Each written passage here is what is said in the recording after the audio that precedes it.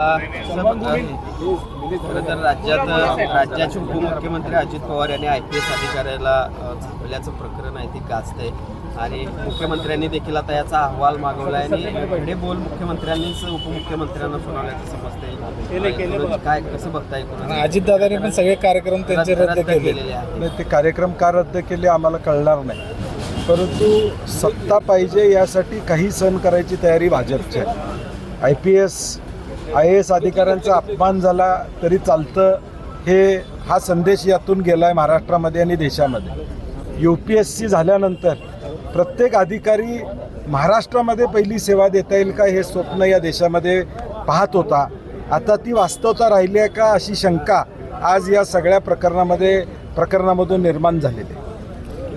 आपण एकूणच ज्या पद्धतीनं आता मुख्यमंत्र्यांनी या चौकशी बरोबर आहे, करणं गरजेचंच आहे, कारण की जर कायद्याची बाजू घेऊन एखादा अधिकारी काम करत असेल तर शासन म्हणून त्याला त्या अधिकाऱ्याला प्रोटेक्शन देणं हे मुख्यमंत्र्यांची जबाबदारी आहे। कारण की शेवटी कायद्याचं पालन एखादा अधिकारी करत असेल आणि त्याला जर धमकी दिली, त्या अधिकाऱ्याला धमकी दिली जात असेल तर मला वाटतं त्या अधिकाऱ्यांना प्रोटेक्ट करणं कायदेशीर दृष्ट्या मुख्यमंत्र्यांची जबाबदारी। नागरिकांना सर्वासर्व करायचा प्रयत्न केलेला होता, त्यावेळी त्या ठिकाणची कायदा सुव्यवस्था बिघडू नये म्हणून मला वाटतं की असल्या लहान गोष्टीमध्ये फोन करणं किती संयुक्तिक आहे हे देखील बघणं गरजेचं आहे।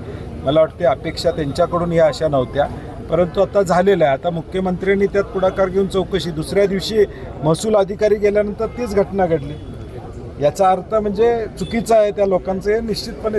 ही एक घटना समोर आली त्यामुळे हे प्रकरण समोर आलं, मात्र अशा अनेक धमक्या किंवा सांगत असतील अशा नागरिकांच्या मनामध्ये शंका आहे की हे सरकार 100% सरकार सत्तेमध्ये जे काय ते नॅचरल अलायन्स नाही आहे, हा जबरदस्ती झालेला अलायन्स आहे। त्यामुळं भाजपला पटो न पटो ह्या सगळ्यांचा त्रास सहन करावा लागलाय हे आता दिसून येतं। मंत्र्यांच्या मजुरीची भाषा मोठ्या प्रमाणात चालू आहे काल स्पष्ट झाले। ज्यावेळी महसूल प्रशासनाने कारवाई केली त्यावेळी अजितदादा बेकायदेशीर कृत्याला पाठीशी घालत असल्याचं समोर येतं नाही, म्हणून ते म्हणलं की जिल्हाधिकाऱ्यांनी त्यामध्ये स्टेटमेंट दिलेलं आहे की हे चुकीचं आहे म्हणून। म्हणजे याचा अस्पष्ट अर्थ होतोय की कायदेशीर बेकायदेशीर हे चालू होतं हे स्पष्ट दिसतंय। साहेब, नेत्यांच्या मगरुरीची भाषा आता अधिकाऱ्यांसोबत नागरिकांना सुद्धा त्रासदायक ठरतात, याची उदाहरणं आहेत।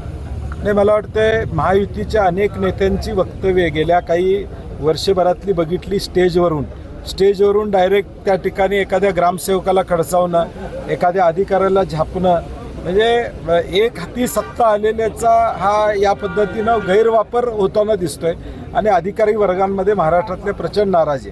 एकतर सरकार कर्जाच्या खाईत आहे, अधिकाऱ्यांना भीती आहे उद्या पगार होईल का नाही अशी खात्री नाही आहे, अशी अवस्था राज्याची झालेली आहे। आणि अशावेळी परत कायदेशीर काम करत असताना या ठिकाणी थांबवणं मला वाटतं महाराष्ट्राच्या दृष्टीने दुर्दैव आहे। नागपूरमधल्या एका ठगानं मंत्रालयामध्ये बोगस इंटरव्ह्यू घेतल्याचं समोर आलंय, काय सांगाल त्या संदर्भात?